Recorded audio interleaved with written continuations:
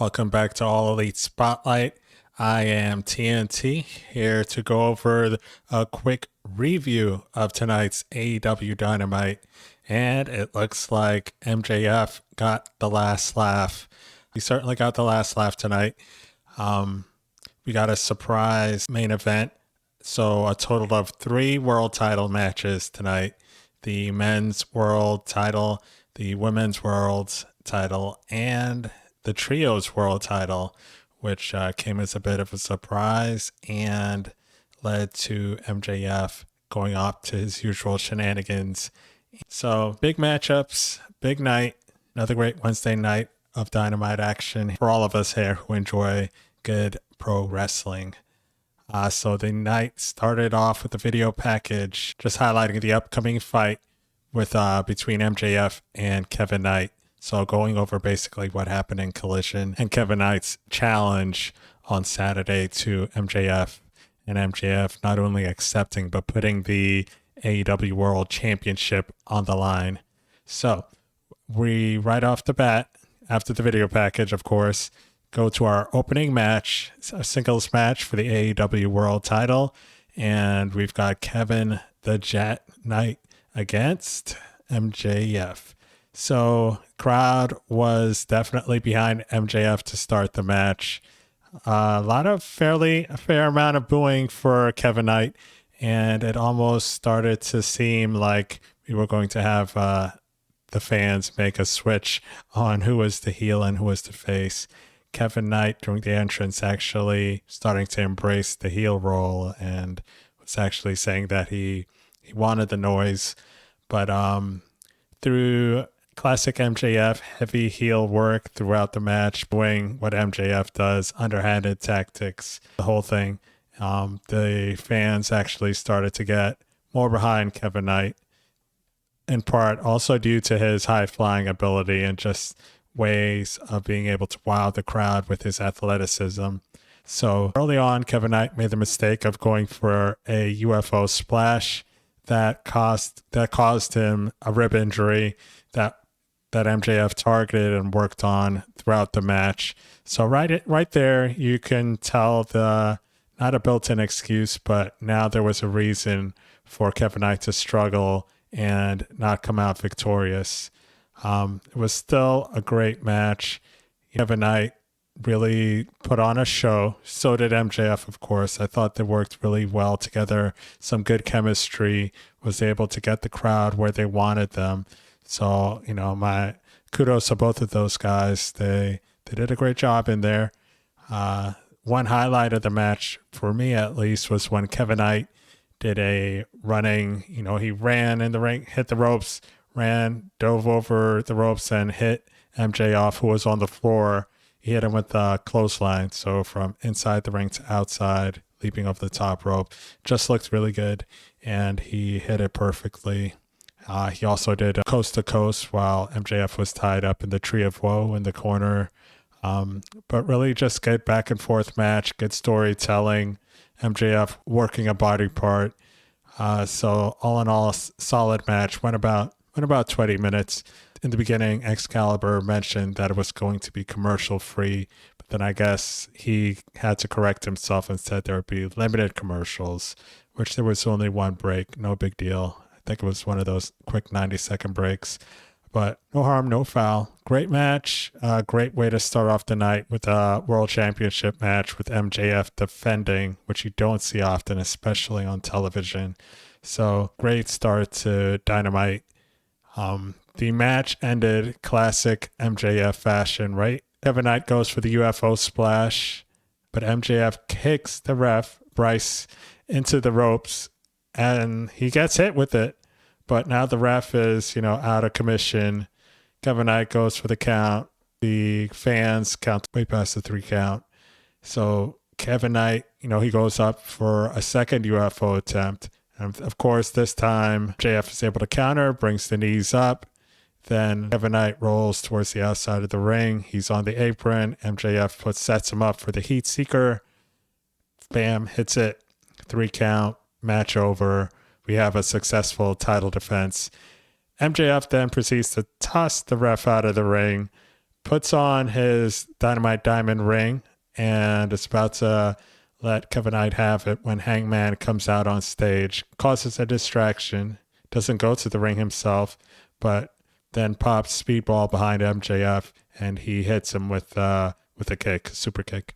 And so he makes the save for his partner. MJF just grabs the title and stumbles backstage.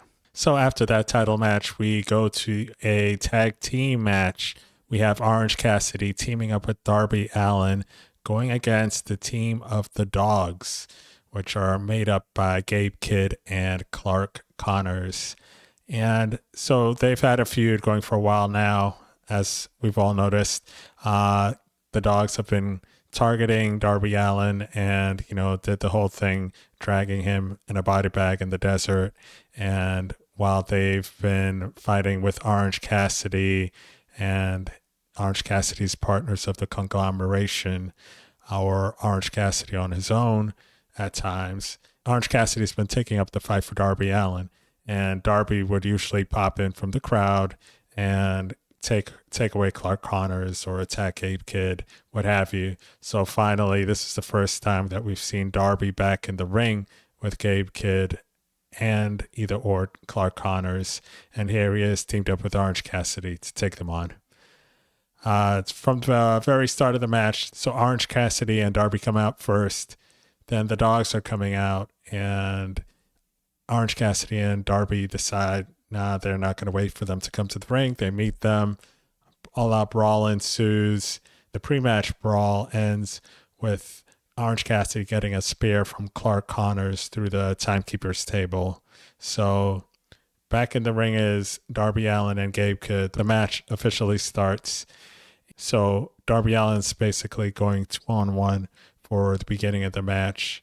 One quick note that Excalibur did mention that I thought was pretty cool was this was Orange Cassidy's 270th match. Apparently, he's had the most singles matches in AEW so far. So that was a little fact that they put out there. And Orange Cassidy has definitely been a workhorse in AEW, particularly when he was the international champion. He was defending the title constantly and always fighting, and he still is now. So he just had that brief time away due to injury, but it was good to hear that. And I like when they throw out stats like that. Excalibur is pretty good for that. So this team of Cassidy and Allin, I really like them together because they're both super resilient, right? That's their thing. They can take a beating. They keep coming back for more. Darby Allin more so is along that line than Orange Cassidy, but Cassidy's also very much known for that. Like I mentioned during his title run, he takes a beating and he's very resilient. After a hard-fought match, it ended up coming down to an orange punch to Clark Connors, and that led to the 3 count. The team of Cassidy and Darby Allin with a win. And here come the big surprise, big storyline out of this match was the appearance and debut in AEW of David Finlay. So it looks like he is part of AEW coming from New Japan Pro Wrestling, and pretty excited to see him here. He is the son of a legend. I grew up watching Fit Finlay, and he's one of the toughest guys I ever saw in the ring. And, he never made it to the highest heights of the business, but definitely super respected. And it's good to see his son coming into the ring and having an opportunity to show what he's about as well. So basically he attacked Darby and Cassidy from behind, had a shillelagh, made good use of that as well. And it looks like we have a new trio because he is teamed up with Kidd and Connors. So we'll see where all that goes. We'll see who Cassidy and Allin bring in as their third to help combat that new trio. So let me know what you guys think about David Finlay joining AEW and what you think about that team of Connors and Kidd as well. Like I've said before in previous videos, I was not the biggest fan of Kid, but he's definitely grown on me a lot. I really like his vicious style, and Clark Connors is a good wrestler as well. So I'm definitely intrigued to see where this goes from here. After that match, we go to a backstage interview. We had Bandito and Andrade just talking in the back with Renee in the middle there. Bandito was just mentioning how he grew up watching Andrade and was a fan. And Andrade disrespected him and was like, "Oh, I thought I was going to have a match here, but you're just Andrade fanboy." Was mocking him, saying, "Do you want a selfie?" And then just walked away because he had a phone call to take. So just a quick little back and forth there to set up their match at Revolution. Then we had a tag team match. We had the Brawling Birds facing their most stiff competition to date with the TV debut of The Inspiration, Cassie Lee and Jessie McKay, formerly known as the Iconics in the Fed, and having a run in TNA as well, where they were tag team champions. So I incorrectly apparently thought that the Inspiration might actually have a chance here. I thought they would win with some sort of underhanded, funny, like roll up, stealing the win type thing. But this was anything but that. The Inspiration came out with a little comedy, tried to restart their entrance to do a little dance routine, but the Brawling Birds were having none of it. Went in there, hit a couple double team moves, and hit their finisher, their version of the Heart Foundation Heart Attack. They call it the two birds, one stone, and basically double pinned the Inspiration. 1, 2, 3. Basically a squash match. I think the match may have lasted about 2 minutes. So we'll see what that means for the Inspiration moving forward. If they're just there to, lighten the mood. But that was a pretty convincing win for the Brawling Birds here. After that, we had a singles match, another fast one. This one was even faster. 2 moves and done. Hangman versus Marty something or other. I'm sorry for that guy. I didn't catch the last name. And because it was so short, I just let it be. No disrespect. But the match was a big boot, a buckshot, and a 3 count. So that was that. The main focus of that segment was Hangman then calling out MJF. He wanted him to come out right then and there so he could, so they could mix it up, I guess.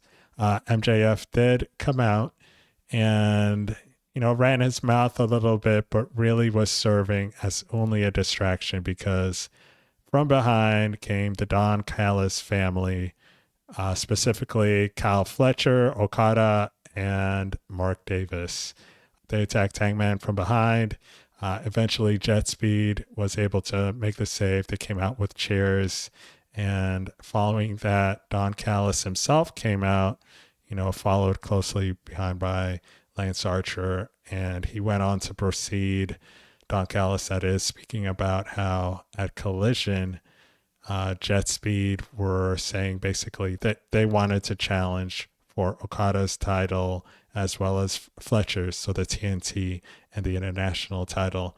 But then Don Callis also brought up the fact that, hey, they shouldn't be so greedy. And he did remember them saying that they would accept the trios challenge any place, anywhere. So he spoke to Tony Khan, and here we go. Main event, the 3rd world title match of the night. It will be Proto Okada and Mark Davis against Jet Set Rodeo in the main event of Dynamite tonight for the World Trios Championships. And Kevin Knight was already sporting bandaged ribs, so you already knew it was likely not to end well for the reigning champions. But we would soon find out at the end of the night. From there, we went to a video package promo with Renee showing FTR with Stoke and the Young Bucks. So they were in a conference room atmosphere. Now, there was supposed to be a no contact clause, so they were supposed to keep it professional. Basically, FTR was focused more on this being a legacy match and closing the chapter in the book in their strong feud. throughout the years. They've both been AEW Tag Team Champions 3 times. This will end the discussion once and for all. While the Bucks, they were more focused on the personal aspect, how their family was attacked, their parents were disrespected, their kids had to watch all that, and their brother Malachi had to get pile drove into the mat. So they end up leaving because it was starting to break down, and they had the no contact clause. FTR said, you know what, we'll leave because we're professionals. Right before Dax punches Brandon Cutler in the face. Very professional. So one more shot to the Bucks before we head to Revolution. And so we'll see where that goes. I would imagine the Young Bucks will get the victory here. They've had a bit of a journey getting back to being from where they were with the EVPs and now being back to the good fan favorite version of the Bucks. And they have a score to settle, right? A personal score. So I would imagine the Young Bucks will get the upper hand and win here and dethrone FTR. But you folks, let me know what you think in the comments, because FTR is dominant, and I can see it going their way too, because they are FTR. So regardless, it'll be a great match. Something I'm definitely looking forward to seeing at Revolution. From there, we have a singles match, another Continental Eliminator. We've got Jon Moxley going against the Don Callis family member, Hechicero. Mox really has been wrestling every week, and they had one of those ringside news reports from Renee just saying, this is supposedly an advantage for Takeshita because Callis is saying they get to watch and study Moxley every week. This was actually another fact thrown out by Excalibur. This was Moxley's 6th Eliminator match, and he has been fighting every week. He's been a fighting champion, and what's great is he's been stopping every one of them. So no successful Eliminator matches for those out there that think those are only meant to set up a championship match with the same person who was in the Eliminator match. 6 in a row for Moxley. Tonight we had a split crowd in El Paso. A lot of the folks there chanting for Hechicero. A lot of good back and forth between Mox and Hechicero in the ring. It's a very grounded technical matchup. Lots of counters with submissions thrown in there as well. So what you would expect from a Hechicero match, because he's a very good savvy technician in there. And Mox was going with it as well. They were mixing it up. Definitely like the pace of the match, and just to see the different styles that Moxley is able to incorporate. So like I said, technical match, a lot of back and forth. In the end, there was a stomp to the head of Hechicero. Hechicero flipped Moxley off, ate a running knee, and then a Death Rider 1, 2, 3. Another successful Eliminator match for Moxley. And as he goes ahead and walks off to the crowd, heading into the back, Takeshita comes out to the ring. Moxley notices him, walks back a little bit, and they just draw at each other at a distance, and just further setting up the atmosphere for their match coming up at Revolution. Now, when we move on from that, we have Brody King walking out to ringside. His music hits and he's grabbing the mic. Now he gets into the ring and he's saying that he knows he's the most dangerous man. He's not just gonna talk about it. And he calls out Swerve. Now Swerve doesn't come out immediately. First comes Prince Nana saying, do you really want to do this, Brody King? Are you sure this is what you want? Brody King says, just bring out Swerve. And Prince Nana says, okay. He hits the music. They're playing Swerve's music. He's motioning for Swerve to come out. Swerve does not come out. And big surprise from behind, as you might have guessed, Swerve Strickland. And he knocks him down with a chain. Then he proceeds to beat on him, wrap the chain around his neck, put it over the top rope, and then chokes him out. And yeah, that's basically it. And I've been saying this since they were setting up this match. So that Brody King is a dangerous guy, and he's coming off that world title opportunity, but Swerve is at a whole other level, especially when it comes to being most dangerous. So right there, he kind of proved it. Eventually, Bandito came out, made the save, but the damage was already done. Brody had been choked out. Swerve moves on, and the match for Revolution is official. Swerve Strickland versus Brody King for the title, I guess, of Most Dangerous Man, which, in my opinion, I'm a huge Brody King fan, but I also am a fan of Swerve Strickland. And like I said before, Swerve is just at a different level, and his viciousness has been proven throughout his career, especially most recently and again tonight. So I'm expecting a great match, but I'm also expecting Swerve to come out on top. There is also the opportunity, hey, maybe Kenny Omega may make a surprise appearance at some point before then or at Revolution to get some payback. You never know, but we'll see. From there, we have a quick backstage promo. We have the Death Riders, Garcia, Yuta, Shafir, and Mox. Garcia doesn't have much to say, just talking bad about the Don Callis family. Yuta, pulls off his hoodie and he's showing his shaved head. His hair is already growing back a bit. And, he said he's not hiding it anymore, basically, that was the toughest loss of his wrestling career. But he would gain from it eventually. Shafir, brought up Tony Storm, and then Mox was just talking about Takeshita and how it's going to have an ending at Revolution. From there, we have the second world title match, what they deemed as one of two main events of the night. And we had Thekla defending against former women's world champion Thunder Rosa. Both competitors, they had their seconds not come out to the ring. So Statlander came out on stage with Thunder Rosa, but then she went to the back. Same with the Sisters of Sin, Julia Hart and Sky Blue, that came out on the stage, but then went to the back. Thunder Rosa started off hot, dominant early in the match, but at the end of the day, I think everyone kind of knew how this was going to work out, and it was a pretty convincing win by Thekla. So convincing, in fact, that she at one point had hit Thunder Rosa with a spear, and after the 2 count, pulled Thunder Rosa up off the floor, which, wow, for a wrestler at the level of Thunder Rosa, was kind of disrespectful. But I guess that's the story that we're trying to tell, that Thekla had no respect for Thunder Rosa, thought she should retire. And I think they were kind of trying to tell that story throughout the match. Thekla then was able to hit her with another spear. Then she, proceeded to hit her with 2 stomps, not 1, but 2 stomps before pinning her for the 3 count, putting on that unnecessary extra damage.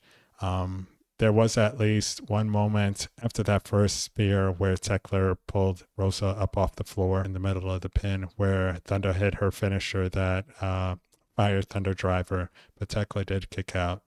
And, that's where we went into the second spear, the 2 stomps, and the 3 count. After the pinfall, the Sisters of Sin came out to the ringside, did not enter the ring. Then Statlander came out to ringside. Security came to stay between them. During that confusion, Thekla hit Thunder Rosa with another stomp. And from there, Statlander, got rid of some of the security, ran into the ring to make the save. But again, we saw Statlander just being silent. The few times that they showed her, she had a different look. She had sunglasses. She was all in dark again. And her hair was slicked back. She was just had a very different demeanor, dark demeanor, more serious demeanor. So we'll see where they go. I know she's been doing the Cosmic Killer thing. I don't know if she's trying to get more of a dark side. Part of me wonders if she's going to end up siding with the Triangle of Madness. I don't know. I don't really want that for Statlander. I didn't much care for when she was a heel back when she was feuding with Willow Nightingale. So I'm kind of hoping that it's fine if they want her to be more serious when she gets her rematch, if she gets a rematch. But we'll see. Let me know. What do you guys think? How are you feeling about Statlander right now? Again, in the immediate future, we just have to kind of see where they take it from here and just exactly what this will mean for her in the future. Because I don't know, this may be a bit of a run for Thekla, so we shall see if Stat will remain the course as a face, flip over to the dark side, or, be somewhere in between. But huge fan of Statlanders, so hoping that whatever route they choose, whatever route she chooses, that it works out for the best. From there, we had a quick video promo with Perry, just talking about wanting to finish the war with Ricochet. Then the Demand at their own video segment as well, just responding to Perry and saying, be careful what you wish for, basically. So I imagine we'll get them at Revolution for that national title. Then we had a couple more promos. This one was ringside with Ciampa, and Renee was doing a live interview with him. The main point with that was that Ciampa basically wanted his Sylvie back, did not like that it was named to Pinky and got a makeover, were his words. And that basically he felt that Kyle Fletcher is hiding from him in tag matches and trios, but he has no problem earning his rematch if he has to, whether that be going through Mark Briscoe or whoever else. And as he was saying this, FTR's music hit and they interrupt. They have a quick stare down, and he gave you shades of their time back in NXT when it was FTR versus Ciampa and Gargano. So it would be great if that could be relived back in AEW. I don't know if we'll see that, but it was good to have that little flashback. FTR did start by hugging Ciampa and welcoming him back and asking him basically to join them and take over AEW. Said he hated them, hit Dax, and basically set up a match between Dax and Ciampa for, I believe, Collision. So we'll see them mix it up. It should be a good match between those two. One of the main points there also was Ciampa said he wasn't here to just put on good matches. He wants to be a top guy. Then there was the final backstage promo of the night. We had Orange Cassidy with Tony Storm, both of them just talking about who they're dealing with. Tony wanting a match, it seems, with Shafir, which we may see at Revolution, and Cassidy just talking about how he was attacked by David Finlay, and him and Darby Allin will likely be fighting the Dogs and David Finlay this week, next week, the week after that, all the weeks, apparently. So just that to look forward to.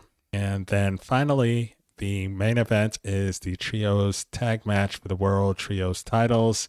We have Proto Kata with Mark Davis taking on Jet Set Rodeo. And Davis and Kyle Fletcher actually came out together. Then Okada had his separate entrance. And for me, it was good to see Davis and Fletcher back out together as a team. It was like old times again with the Aussie Open. Excalibur mentioned it as well. He always doing good work. Excalibur bringing up good facts and tidbits. It was just good to see them back together again because they were such a great team together. And they're great singles competitors now. Obviously, Kyle Fletcher at a high level, TNT champion twice over and like a limitless ceiling as of right now. And Davis doing great things, finding his footing as well. So as you could imagine, with Kevin Knight, who had started off the match, had a world title match, had suffered rib injuries, the match was going to have a certain theme to it. There was some great action, of course. There was a point where Hangman basically ran the gauntlet and was taking on all three members of their opponents, the Donhouse family opponents there, and just laying the hammer down on them. And then, of course, there was times where Speedball was in there doing his thing with his kicks. So a really entertaining match. Of course, were those moments where Kevin Knight was getting worked on, the ribs worked on, but he was able to get through that and basically make the hot tags that he needed to at the time. And Speedball and Kyle Fletcher, they really did just have some great chemistry together, and we're doing some amazing things in there. And we did hear that they will be having a TNT title match at Dynamite next week, so I'm really looking forward to that. The trios match was a bit of a teaser for that. But anyway, to get to the end of the match, MJF came out, took out Adam Page, hitting him with the Dynamite Diamond Ring after Okada had distracted the referee, Mike Knox. And then Okada was able to go in there, hit Kevin Knight with a Rainmaker. Then Mark Davis hit him with that Dunkzilla pile driver he does, 3 count. And then we had new World Trios champions. Don Callis family now has 2 double champions. Okada has the International and is 1/3 of the Trios tag. And Kyle Fletcher, the second double champion in that team. He has the TNT title and now 1/3 of the World Trios titles. So that was the end of the night. They're celebrating MJF running off with a smile. He got to win the night twice, defending his title successfully, hurting Kevin Knight, and also costing Hangman Adam Page a title ahead of their match at Revolution. Foreshadowing, we shall see. So what did you folks think about Dynamite tonight? I thought it was a great show overall. Had a lot of fun moments in between, what with the Inspiration and Brawling Birds, and then some great world title matches as well. More so the men's world title. The women's world title match was okay, not bad. Just more interested in seeing where this takes Statlander and Thekla, that whole aspect. And then that World Trios title match, a lot of fun as well. Again, great to see Speedball and Kyle Fletcher. Can't wait for their singles match. And another solid Dynamite setting up, doing great things to set up for Revolution, and also the Dynamite before that. They did show that at Collision we'll have Swerve versus Bandito's brother Gravity. And like I mentioned, at Dynamite TNT title match, Kyle Fletcher against Speedball. So all in all, fun night.